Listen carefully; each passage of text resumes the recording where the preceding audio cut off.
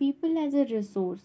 So దీంట్లో మనం ఏం చదువుతామంటే మనకి హై ఎడ్యుకేషన్ ఉంటే గుడ్ హెల్త్ బెనిఫిట్, మనం హెల్తీగా ఉంటేనే మనకి ఇన్కమ్ హై వస్తుంది. సో ఆబ్వియస్ కదా, మనకే మనం కాన్షియస్గా ఉంటే మన పిల్లల్ని చదివిస్తే వాళ్ళకి గుడ్ హెల్త్ వాళ్ళకి హెల్తీగా ఉంచితే, గుడ్ ఫుడ్ ఇస్తే వాళ్ళు హెల్తీగా ఉంటారు. సో వాళ్ళ ఇన్కమ్ ఎర్నింగ్స్ ఎక్కువ ఉంటాయి.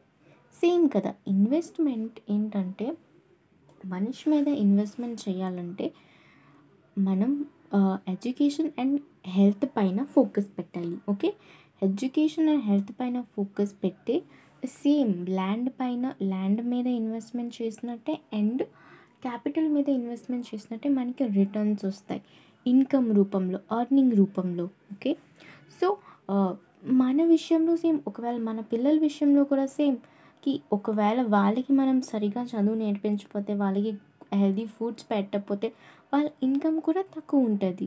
ఓకే, అదే మనం ఫోకస్ పెడితే వాళ్ళ చదువు మీద, ఎందుకని మనకి శ్రద్ధ ఉంటే కదా మనం వాళ్ళని చదివిస్తాం, స్కూల్లో వేస్తాం.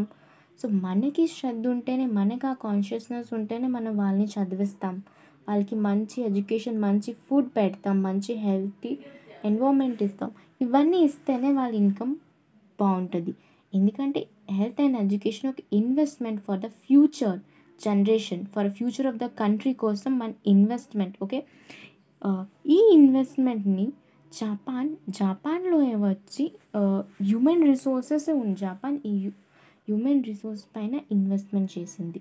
ఎందుకంటే వాళ్ళ దగ్గర న్యాచురల్ రిసోర్సెస్ లేవు. ఓకే, న్యాచురల్ రిసోర్సెస్ లేకపోతే ఆ కంట్రీస్ అంత రిచ్ అండ్ డెవలప్డ్ ఎలా అయ్యింది?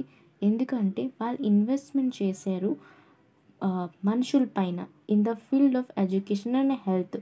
ఈ రెండింటి పైన వాది ఫోకస్ చేసి దీనిపైన ఇంప్రూవ్మెంట్ చేసుకున్నారు. So improvement and focus and దీని మీద ఇన్వెస్ట్మెంట్ చేస్తే వాళ్ళకి రిటర్న్స్లో జపాన్ ఒక డెవలప్ అండ్ రిచ్ కంట్రీ అయింది.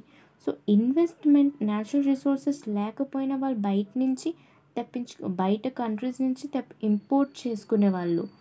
సో అలా చేసైనా, because human resources are important. ఎందుకంటే బ్రెయిన్ ఎవరిది? హ్యూమన్స్దే కదా. అది వాడి వాళ్ళ న్యాచురల్ రిసోర్సెస్ కొనుక్కొని వాళ్ళ కంట్రీని డెవలప్ అండ్ రిచ్గా మార్చుకున్నారు. సో ఇదంతా దేనివల్ల? Because of the human resource పైన ఇన్వెస్ట్మెంట్ చేశారు కాబట్టి. ఓకే, ఎడ్యుకేషన్ అండ్ హెల్త్ చాలా ఇంపార్టెంట్. సో ఇది, థ్యాంక్ యూ సో మచ్.